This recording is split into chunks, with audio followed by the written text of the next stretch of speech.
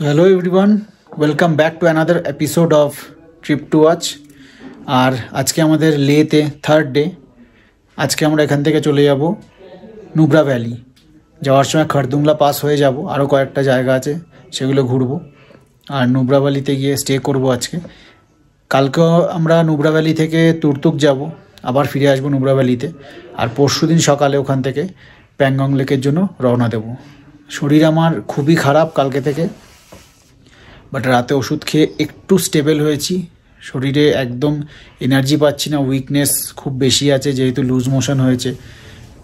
এখানে high altitude sickness যেটা হয় ওটা হয়েছে, আমরা জানতাম না অনেক কিছু। এসে একটু হেভি খাবার খেয়ে নিয়েছিলাম, প্লাস বাড়ি থেকে আসার সময় রেস্ট কম হয়েছিল, রাতে ঘুমাইনি যেহেতু ভোরবেলা ফ্লাইট ছিল। তো আপনারা যদি লে লাদাখে ট্যুর করেন তাহলে কিন্তু এই জিনিসগুলো একটু মাথায় রাখবেন, যে আসার একদিন আগে অন্তত পুরো ফুল রেস্ট নেবেন, খাবার একদম লাইট খাবেন, এবং এখানে এসেও লেতে পৌঁছেও কিন্তু লাইট খাবার খাবেন। স্পেশালি যারা ফ্লাইটে আসবেন, যারা গাড়িতে আসবেন তারা তো অনেকটা হ্যাবিচুয়েটেড হয়ে যাবেন রাস্তায় আস্তে আস্তে, যদি কারগিলের দিক থেকে আসেন অথবা মানালির দিক থেকে আসেন। বাট যারা লেতে ফ্লাইটে করে এসে সেখান থেকে ট্যুর শুরু করবেন তারা কিন্তু রেস্ট অবশ্যই নেবেন আর লাইট খাবার খাবেন। আমরা জানতাম না, তাই খেয়ে ফেলেছিলাম। হোটেলে আসার আগে আমরা লে মার্কেটে চলে গেছিলাম, আগের এপিসোডগুলো আপনারা দেখেছেন। কালকে সাইট সিনেও গেছিলাম, দিনের বেলা খুব টেম্পারেচার হাই ছিল, রোদ গরম লাগছিল, তাতে একটু শরীরটা খারাপ হয়েছিল, রাতের বেলা ঠান্ডা। যাই হোক, আমরা মোটামুটি রেডি, আমাদের লাগেজ প্যাক হয়ে গেছে। এখন ব্রেকফাস্ট করব আর কিছুক্ষণের মধ্যে বেরোবো। কালকে ব্রেকফাস্টে পোহা খেয়েছিলাম, আজকে প্রবাবলি পোহাই খাবো, কারণ লাইট খাবার খেতে হবে, বেশি কিছু খেতে চাইছি না। তো চলুন ব্রেকফাস্ট করে রওনা হওয়া যাক নুব্রা ভ্যালির উদ্দেশ্যে।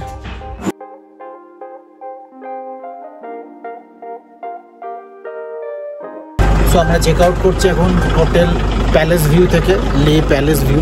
এখান থেকে 2 ঘন্টা লাগবে খারদুংলা পাস, সেখানে কিছুটা সময় কাটাবো। সবাই মোটামুটি প্রিকশন নিয়ে নিয়েছি। আজকে খুব সুন্দর রোদ উঠেছে, তবে টেম্পারেচারটা কালকে থেকে কম, বেশ ঠান্ডা লাগছে। চলুন যাওয়া যাক খারদুংলা পাস। হ্যালো,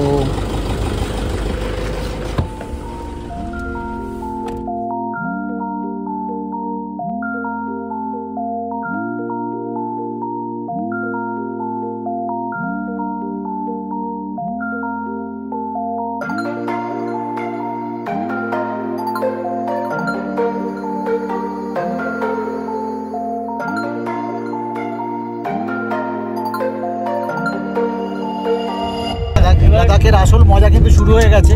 এটা টোটালি অফরোডিং চলছে, রাস্তা মোটামুটি নেই, পুরো পাথরের ওপর দিয়ে গাড়ি যাচ্ছে। খারদুংলা পাস পৌঁছাতে আর 1 ঘন্টা লাগবে। মাত্র 22 কিলোমিটার রাস্তা রয়ে গেছে খারদুংলা পাসে পৌঁছানোর জন্য। আলাদাই এক্সাইটমেন্ট হচ্ছে, আর তার সাথে ফটোগ্রাফিও চলছে। আর এখানে ভিউ তো মানে চারিদিকে কোন দিক ছেড়ে কোন দিক দেখবো।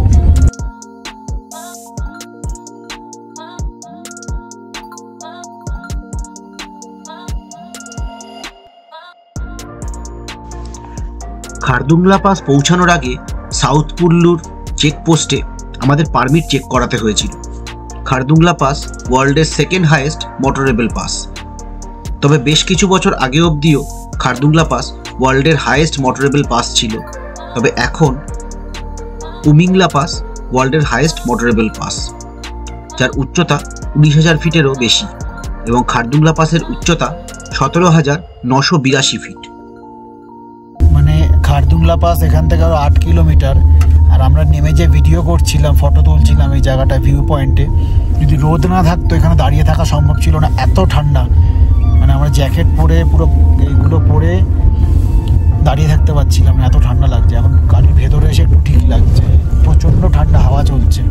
খারদুংলায় কতটা ঠান্ডা হবে সেটা মোটামুটি আমরা আন্দাজ করতে পারছি। লাদাখের সাউথ কুল্লু এবং নর্থ কুল্লুর মধ্যে সংযোগ স্থাপন করে এই খারদুংলা পাস। অগাস্ট মাসের পরে খারদুংলা পাসে মোটামুটি বরফ থাকে না বললেই চলে, তাই আমরা অল্প কিছু গ্লেসিয়ার ছাড়া আর কোথাও বরফের দেখা পাইনি। তবে বরফের দেখা না পেলেও প্রত্যেকটা পাহাড়ের যে বিভিন্ন টেক্সচার আমরা দেখতে পেয়েছি আর উপভোগ করেছি তা কোনো অংশে কম ছিল না।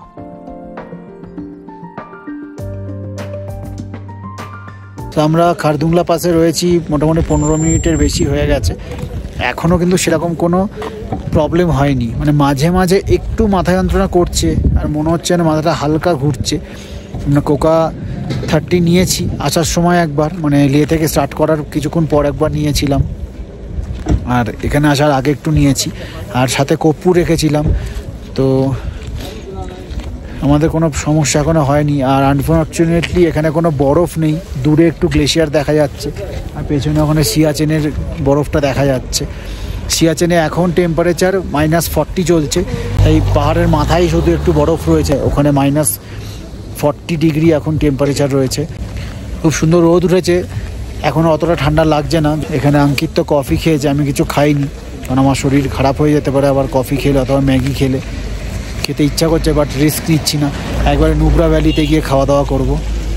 আর এখান থেকে নুব্রা ভ্যালি বেশ অনেকক্ষণই সময় লাগবে, প্রায় ঘন্টা 3 লাগতে পারে। তো এবার আমরা এখান থেকে রওনা দেবো খারদুংলা পাস থেকে নুব্রা ভ্যালির উদ্দেশ্যে।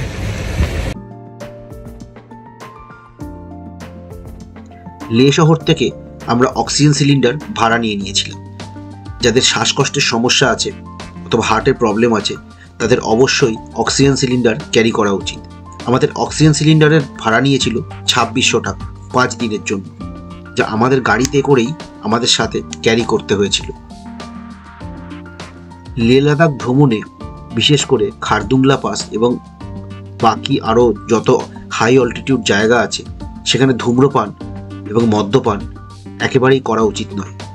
যে কোনো ব্যক্তি যে কোনো সময় এর জন্য অসুস্থ হয়ে যেতে পারে। খুব বেশি সময়ের জন্য খারদুংলা পাসে স্টে না করাই ভালো।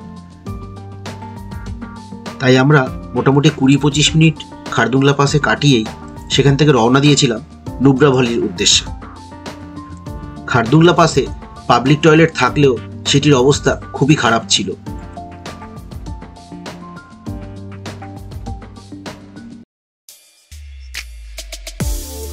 খারদুংলা পাস থেকে রওনা হয়ে আমাদের আরেকবার দাঁড়াতে হয়েছিল আর্মি চেকপোস্টে পারমিট চেক করানোর জন্য।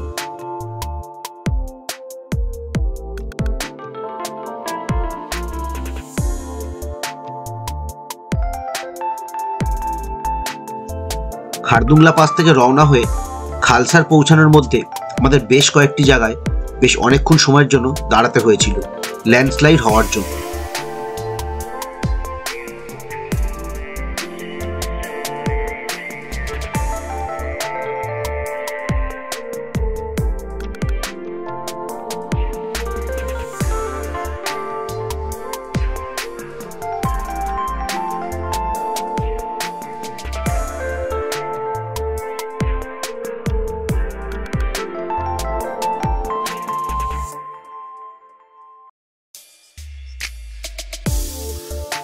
গাড়ি অনেকক্ষণ দাঁড়িয়ে থাকায় অনেক পর্যটকই গাড়ি থেকে নেমে চারিদিকের প্রাকৃতিক সৌন্দর্যকে উপভোগ করছিল।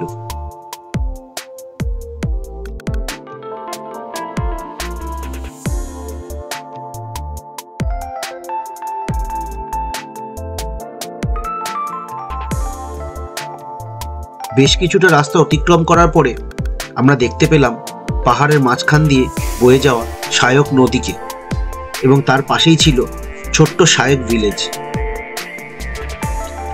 খারদুংলা পাস থেকে রওনা হয়ে প্রথমে খালসা এবং তারপর সুমুর ভ্যালি হয়ে নুব্রা ভ্যালির হুন্ডারে আমাদের থাকার কথা ছিল।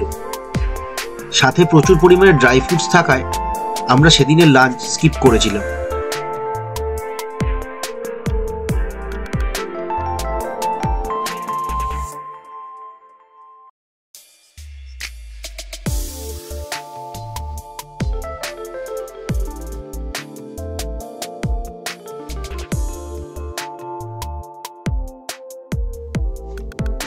খালসার থেকে সুমুর পৌঁছানোর মধ্যে আমরা একটা এটিভি পয়েন্টে দাঁড়িয়েছিলাম, তবে এটিভি পয়েন্টের জায়গা বেশ কম হওয়ায় আমরা সেখানে এটিভি রাইড নেইনি। লাদাখের অনেকগুলো ভিডিও আমরা দেখেছিলাম যে ভাগ মিল্খা ভাগের শুটিংয়ের জায়গাটাতেই সবচেয়ে ভালো এটিভি রাইড হয়, তাই আমরা ঠিক করেছিলাম আমরা সেখানে গিয়েই এটিভি রাইড নেব।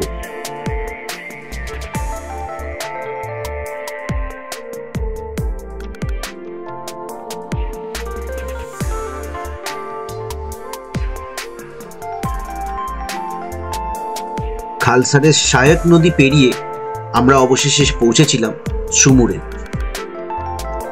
সুমুরের ছোট্ট ভ্যালি যা ঘেরা রয়েছে সবুজ দিয়ে। লাদাখের অফবিট জায়গার মধ্যে একটি অন্যতম হলো সুমুর, যেখানে জনবসতি খুব কম থাকলেও আছে শান্তি, আর যেখানে আপনি প্রকৃতিকে খুব কাছ থেকে উপভোগ করতে পারবেন। আমরা এসে পৌঁছেছিলাম সুমুরের ছোট্ট একটি মনেস্ট্রিতে, এবং তার পাশেই ছিল একটি স্কুল। পাহাড়ের ওপরে অবস্থিত এই মনেস্ট্রি এবং স্কুলের সামনে থেকে সুমুরের ভিউ দুর্দান্ত। কেউ যদি শহরের শোরগোল থেকে দূরে এক রাত্রি কাটাতে চান, তাহলে নুব্রা ভ্যালিতে যাওয়ার আগে সুমুরে অবশ্যই থাকতে পারেন।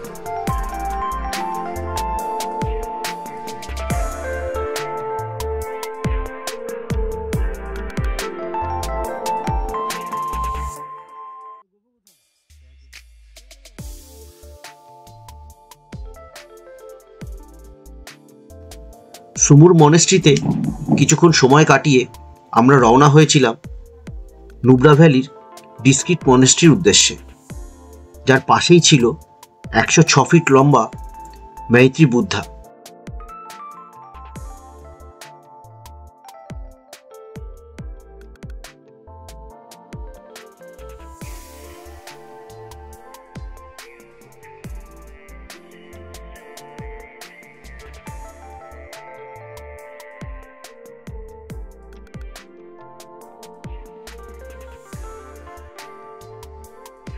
সময় তখন বিকেল 5টা।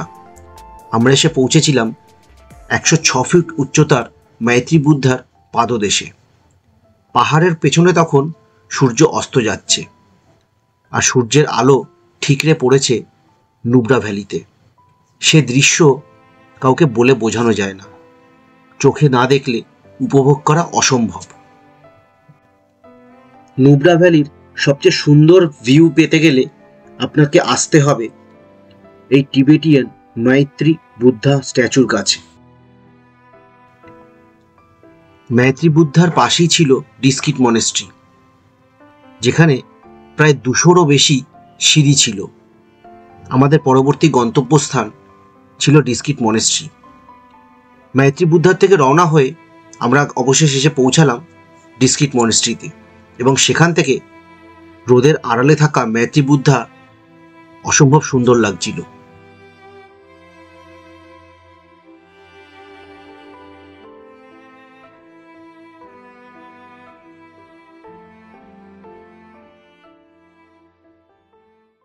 এখন সময় 5:30, আর আমরা এখন এসে পৌঁছেছি ডিস্কিট মনেস্ট্রিতে। এদিকে সানসেট হচ্ছে, আর সূর্যের আলোটা কিন্তু পাহাড়ের আলাদা আলাদা লেয়ারে পড়েছে, মানে অসাধারণ সুন্দর। যারা স্পেশালি ল্যান্ডস্কেপ ফটোগ্রাফি করে তারা তো মানে এখানে এসেই থেকে যাবে, এত সুন্দর সুন্দর ল্যান্ডস্কেপ এখানে তোলা যাচ্ছে। তো হিমাংশুরা অলরেডি ওপরে চলে গেছে, উপরে যাব। বেশিক্ষণ সময় নেই, আর 6টা নাগাদ চলে যেতে হবে এখান থেকে, কারণ আমাদের আজকে হুন্ডারে স্টে আছে, টেন্ট বুক করা আছে, ওখানে স্টে করব। আর আমাদের টেন্টটা কীরকম আর কত তার খরচ পড়েছে সব আপনাদের দেখাবো। চলুন আপাতত ডিস্কিট মনেস্ট্রির ওপরে যাওয়া যাক।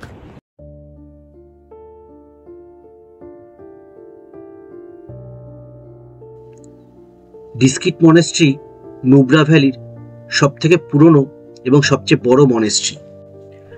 ডিস্কিট মনেস্ট্রিকে এখানকার লোকাল লোকেরা ডিস্কিট গম্পাও বলে থাকে।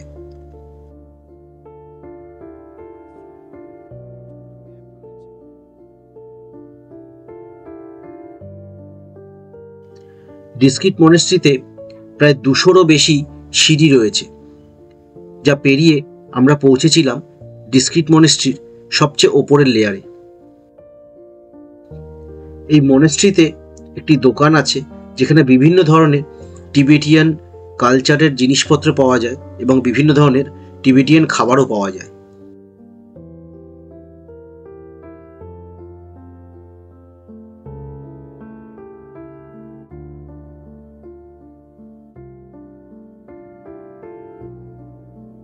এখানে বিভিন্ন ধরনের মন্দির রয়েছে, যার মধ্যে একটি কালী মন্দিরও আছে।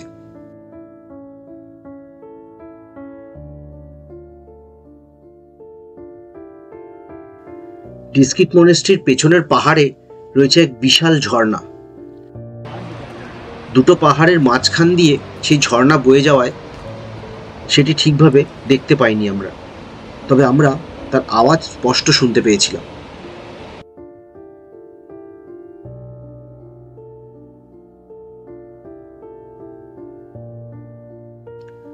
ডিস্কিট মনেস্ট্রি থেকে রওনা হয়ে আমরা এগিয়ে চললাম নুব্রা ভ্যালির হুন্ডারের দিকে।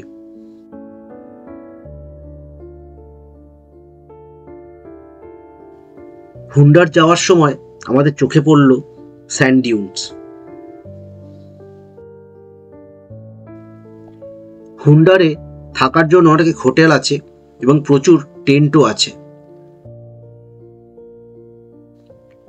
মার্চ থেকে জুলাই অবধি সিজন টাইমে এখানে হোটেল অথবা টেন্টের ভাড়া চড়া থাকলেও অগাস্ট এবং সেপ্টেম্বর মাসে তা যথেষ্ট কম থাকে এবং এখানে পৌঁছেও আপনারা হোটেল অথবা টেন্ট বুক করতে পারেন।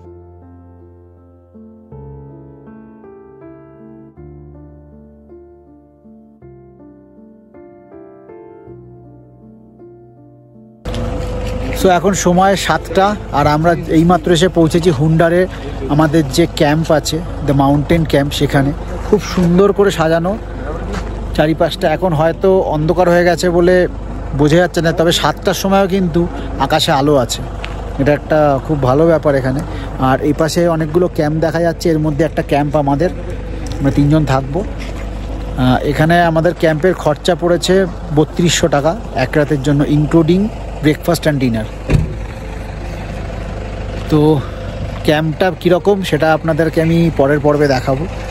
জাস্ট এসে পৌঁছেছি, খুব টায়ার্ড সারাদিন ট্রাভেল করে। তো এই পর্বে এই অবধি। আশা করি ভিডিওটা আপনাদের ভালো লেগেছে। চেষ্টা করেছি সমস্ত ইনফরমেশান আপনাদের সাথে শেয়ার করার, আমাদের আজকের সারাদিনের যে অ্যাক্টিভিটি ছিল সেগুলো। আর যদি ভালো লেগে থাকে তাহলে ভিডিওটা লাইক করবেন, আর যদি আমার চ্যানেলে নতুন এসে থাকেন তাহলে চ্যানেলটা অবশ্যই সাবস্ক্রাইব করবেন, সাপোর্ট করবেন। তো দেখা হচ্ছে পরের পর্বে।